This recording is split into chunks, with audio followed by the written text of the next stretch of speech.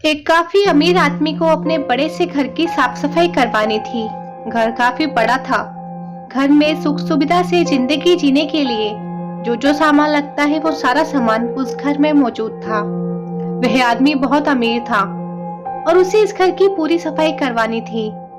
लेकिन वह आदमी पूरे घर की साफ सफाई एक साथ नहीं करवाना चाहता था, क्योंकि पूरे घर की एक साथ सफाई करवाने पर उसे सारा सामान इधर से उधर करना पड़ता, जिससे उसका काफी समय भी खराब होता और सामान को संभालने में भी बहुत सी दिक्कतें आती।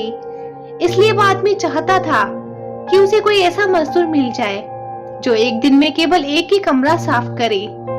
और अपने इस काम के लिए उस आदमी ने कई सारे मजदूरों से बात की, लेकिन कोई भी मजदूर इस तरह से काम करने के लिए तैयार नहीं हुआ। सभी मजदूर पूरे घर को एक साथ साफ करने के लिए कह रहे थे। जब कहीं भी बात नहीं बनी तो उस अमीर आदमी ने विनोद नाम के एक 12-13 साल के मजदूर लड़के को काम पर लगा दिया। विनोद रोज समय पर सफाई करने आता था और एक कमरा साफ करके अपने घर चला जाता। इस प्रकार उसने घर के बाहरी कमरों को कुछ दिनों में साफ कर दिया। इन कुछ दिनों में विनोद ने कभी भी उस बड़े घर के किसी भी सदस्य को शिकायत का मौका नहीं दिया। विनोद के बढ़िया काम की वजह से घर के सभी सदस्य बहुत खुश थे और विनोद पर बहुत विश्वास करने लगे थे। और अच्छे आचार व्यवहार के कारण घर में कहीं भी आने जाने पर उसे कोई रोक टोक नहीं थी। अब बाहर वाले सभी कमरों की सफाई हो चुकी थी, इसलिए अब वे घर के अंदर के कमरों की साफ सफाई करने लगा। एक दिन वह अमीर आदमी के बेडरूम की सफाई करने गया तो उस कमरे में रखी कीमती वस्तुओं को देखकर विनोद की आंखें खुली की खुली रह गई। उस कमरे में एक से बढ़कर एक सुंदर वस्तु रखी हुई थी, जिसमें से कुछ तो सोने चांदी से भी जड़ी हुई थी। विनोद हक्का बक्का रह गया, क्योंकि उसने अपने पूरे जीवन में इतनी सुंदर, इतनी कीमती और इतने तरह की वस्तुएं नहीं देखी थी। बेचारा विनोद उस चकाचौंध के आकर्षण से भौचक्का हो गया था। वह ना चाहते हुए भी अपने आप को रोक नहीं पाया और कमरे में रखी चीजों को खूब पास से ध्यानपूर्वक उठा उठा कर देखने लगा। उसको सभी चीजें बहुत अच्छी लग रही थी, लेकिन एक सोने की घड़ी के प्रति उसका बालमन आकर्षित होने लगा और यह आकर्षण कहीं न कहीं उसके नैतिक संस्कारों की जड़ों को हिला रहा था। आखिरकार उसके बालमन ने उसे लालच के जाल में फंसा ही दिया और उस घड़ी को वो बार बार उठाकर देखने लगा। कान से लगाकर घड़ी की मीठी आवाज भी सुनी और अनगिनत बार हाथ पर भी बांधकर भी देख लिया। अपने हाथ पर घड़ी उसे बहुत खूबसूरत लग रही थी।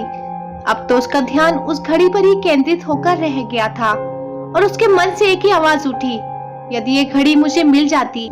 लेकिन विनोद का बाल मन ये नहीं समझ पा रहा था कि बिना पूछे घड़ी को अपना बना लेना चोरी कहलाता है। उसी वक्त उस बड़े आदमी की पत्नी यह देखने के लिए आ गई कि आखिरकार विनोद कर क्या रहा है, क्योंकि दोपहर हो चुकी थी और अभी तक खाना खाने के लिए नहीं आया था।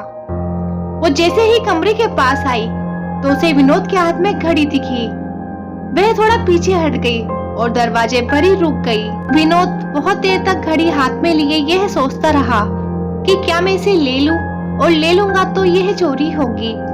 चोरी शब्द मन में आते ही उसका सारा शरीर कांप उठा। उसके लिए ये किसी संकट की घड़ी से कम नहीं लग रहा था। ऐसे समय में उसे अपनी माँ की दी हुई शिक्षा याद आ गई कि बेटा, कभी किसी की चीज नहीं चुराना, चाहे तुम्हें भूखा ही क्यों ना रहना पड़े, क्योंकि चोरी करना महापाप होता है। भले ही कोई इंसान तुम्हें चोरी करते देखे या ना देखे, पर भगवान अवश्य देख लेता है। वह चोरी करने पर बहुत बड़ी सजा देता है। यह याद रखना कि चोरी एक ना एक दिन जरूर पकड़ी ही जाती है और तब सजा जरूर मिलती है।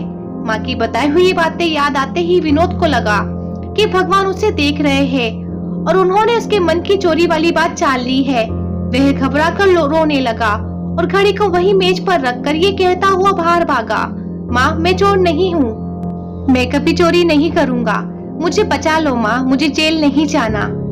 वह स्त्री ये सब देखकर भाव विभोर हो गई। उसका हृदय करुणा से भर गया और दौड़ते हुए जाकर विनोद को पकड़कर गले से लगा लिया और उसे चुप कराते हुए बोली, बेटा, तुमने कोई चोरी नहीं की, तुम्हें डरने की जरूरत नहीं है, तुम तो बहुत ईमानदार हो। उस स्त्री ने खुद घड़ी अपने हाथों से विनोद को देने की नाकामयाब कोशिश की, लेकिन वो अपनी जिद पर अड़ा रहा। उसने लेने से साफ मना कर दिया। यह देख वह स्त्री बहुत खुश हुई और मन ही मन सोचा कि जिस माँ ने अपने बेटे को नैतिकता की इतनी अच्छी शिक्षा दी है, उस माँ से तो जरूर मिलना चाहिए। और वह विनोद के साथ उसके घर गई। उस भली स्त्री ने विनोद की माँ को सारी बात बताई और कहा, जिंदगी में हम कितने सही और कितने गलत थे, ये बात सिर्फ दो ही शख्स जानते हैं, एक भगवान और दूसरा हमारी अंतरात्मा। आपने विनोद को अपनी अंतरात्मा की आवाज सुनना सिखा दिया है। आपने अपने बच्चे में बहुत अच्छे संस्कार के बीज बोए हैं। गरीब होकर भी आप इतनी ईमानदार है और चाहती है कि बच्चा भी ईमानदार बने। आप धन्य है और आपका प्रयत्न सफल हुआ, क्योंकि आपका ये बच्चा बहुत ईमानदार है और सदा ही ईमानदार रहेगा। अब से आपके बच्चे की शिक्षा दीक्षा का खर्चा मैं दूंगी। आप इसे खूब पढ़ाइए, विनोद आपका नाम जरूर रोशन करेगा। मित्रों, व्यक्ति की पहचान ज्ञान के साथ साथ उसके आचरण और व्यवहार से भी होती है। अच्छे आचरण और व्यवहार के बिना व्यक्ति अधूरा है। हर माँ बाप का कर्तव्य होता है कि वह अपने बच्चे में संस्कार रूपी बीज को फलने फूलने के लिए उसे सही माहौल दे, सही शिक्षा दे, क्योंकि बच्चे देश के भविष्य होते हैं। आपके द्वारा किया गया संस्कार उसे एक अच्छा नागरिक बनाएगा।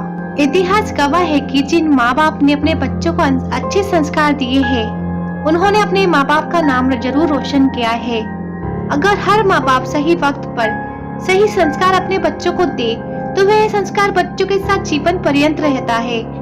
इसलिए बच्चों में बचपन से ही नैतिक मूल्यों के बीज बोने शुरू कर देने चाहिए, क्योंकि नैतिक मूल्य ही है जो हमें उचित अनुचित आचार व्यवहार का ज्ञान कराते हैं। तो दोस्तों, ये थी हमारी आज की कहानी। अगर आप लोगों को ये वीडियो पसंद आई है तो आप इसे लाइक कर सकते हैं, शेयर कर सकते हैं, और ऐसी वीडियोस रोज देखने के लिए आप हमारे चैनल लाइफ लेसन स्टोरीज को सब्सक्राइब कर सकते हैं। Thanks for watching.